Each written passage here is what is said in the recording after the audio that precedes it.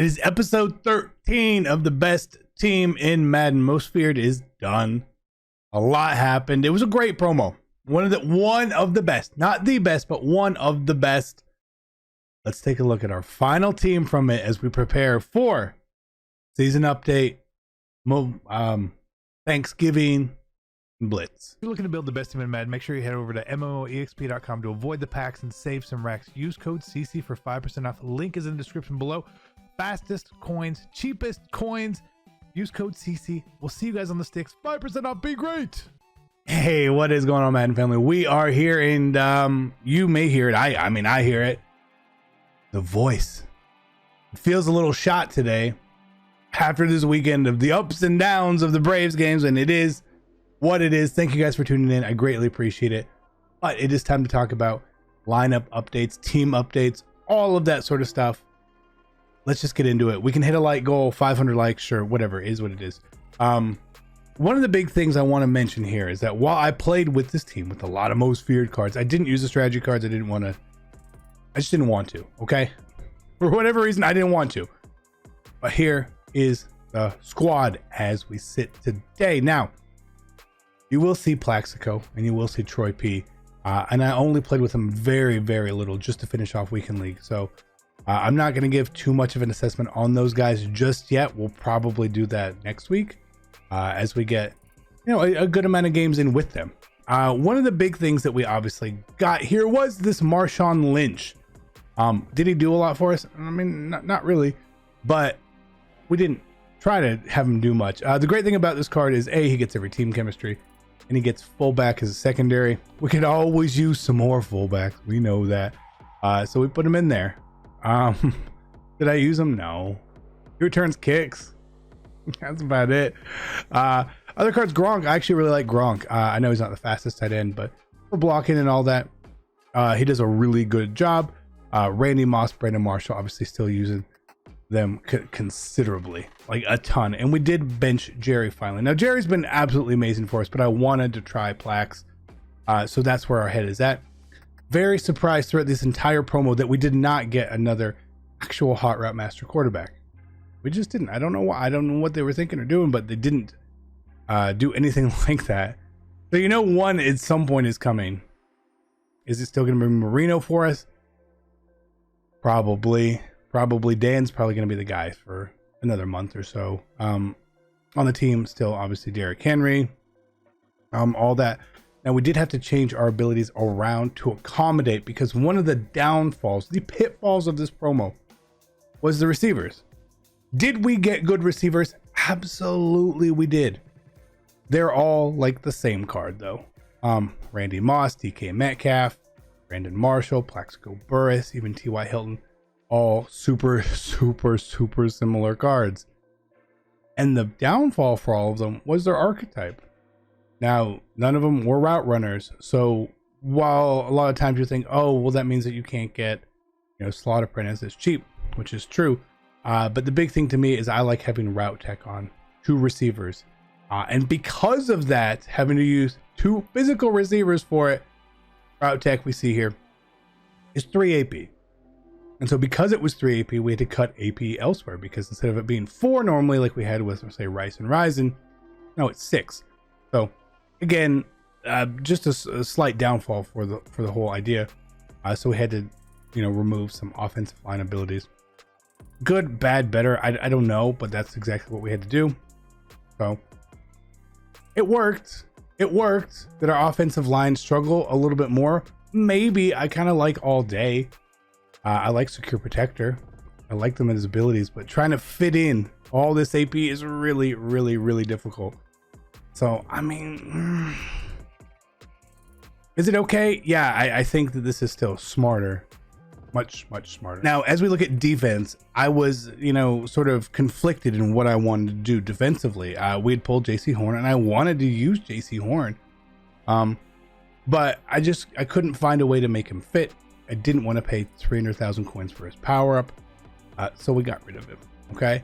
I didn't use him at all. It just didn't make sense. Oh, he's 96 speed. Well, so is Ronnie Lott for us. So I don't know. Otherwise, Let's see. Jesse Bates, obviously still there. We used Aaron Donald with double or nothing. I felt like that was really good, but I also feel like you have to power him up to get the 90-90. So a little more expensive there for sure. But I feel like at D tackle, he actually did work. Now we can't see the stats because the D lineman stats don't work for whatever reason. Same thing with KGB, who I still think terrorized everyone. He had way more sacks than even Lawrence Taylor. Again, a lot of it with your pass rushers is where you are putting them, the abilities you're putting on them, and the spot you're putting on them, right? For me, Lawrence Taylor isn't the big sack guy. I know that. He's not supposed to be. He's helpful, right? He sort of sets the edge for me a lot. So when we look at his stats, you're not going to see a lot of sacks. And I'm okay with that because I feel like he makes plays other way. Otherwise, obviously, we didn't add a whole lot. Like I said, we added Troy, who's actually playing the deep, strong safety for us now. Cam is playing more of a user role as a sub linebacker for us. I like Cam in that spot for sure. Mike Haynes, still so good. Charles Wilson, still so good. It's going to be really difficult to replace those guys for me, right? Like, it really is. Maybe someone comes out, a Deion Sanders, who's like, speed faster. Okay, that's cool. But I know how good these guys play and the things they've done for my team, so it's going to be difficult. We'll look at the abilities here. Need to change these around just slightly, but this is mostly sort of what we had here. Again, Aaron Donald, double or nothing, 3 AP. Again, I had some AP to use. We did that. Lawrence Taylor, Mr. Big Stop defensive rally. Jesse Bates with the mid-zone KO. Charlie Woodson, we took off Lurker this week. It didn't feel like it was really doing enough for us. KGB with edge threat. Diablo with acrobat. And we're not really using Diablo now. He's going to take a seat, so that's 2 AP we're going to put elsewhere, probably onto Cam. And then Mike Haynes was mid-zone KO there as well. So defensively, I mean, lots of additions throughout the entire promo. But this week alone, not a ton, right? Was it the slowest / worst part of Most Feared? It was. And again, that's totally fine. Special teams in here, we have Ed Reed hiding because we still use Ed Reed. All right, we still use him. He just has to be here for depth purposes. So don't worry about that. Specialists, again, we see it all right here. Sub linebacker, big Cam, bam, down there. KGB, Donald, Lawrence Taylor are main 3 pass rushers. And Sweat, Sapp, and Watt is sort of the backups if someone gets tired or whatever it may be. Right there. The strategy cards, again, the 2 deep route specialists to boost wide receiver speed, and the 2 in the zone speed ones to bump up all the DBs. Now, we'll take a look at some of the stats here. Again, if you guys watch every week, you'll see the difference in the stats. So sometimes it's tough to see. Brandon Marshall, I still really love this card. He plays so good for us. Again, now 41 games. So averaging over 2 catches a game, which is okay, right? Which is okay. But again, lots of receiving yards after the catch for him. And he's not in like the 1 play touchdown spot either. So like that's different. He doesn't get any 1 play touchdowns designed for him where he is within the team. So he gets free and he gets yards and he does all sorts of great stuff. Cam, obviously still such a monster. Do we get a Cam upgrade this week? Maybe. I mean, look how Cam has just played forever for us now. Only 1 sack is kind of disappointing. But, 4 forced fumbles too. You would think that you would have more than 4, but you don't. Troy, again, barely played. Unfair to see his stats. Same thing with Plax. Donald, we can't see his stats, but we'll take a look at Gronk. And I don't give Gronk the ball a lot at all. At all. So we see not even a lot of catches or yards or anything like that. I wish you could see blocking stats for him. Again, maybe a catch a game, something like that, but I feel like he does well. And like I said, he blocks well, which is kind of what I need him to do with the way that people play. Lawrence Taylor, we can see his stats. And again, some of his stats here are going to be skewed from a game perspective because we didn't use him all the games. He was just in the lineup.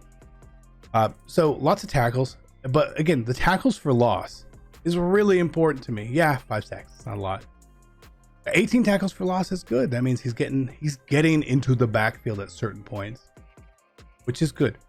Probably around once a game. No problem there. Barr, we didn't use a lot of.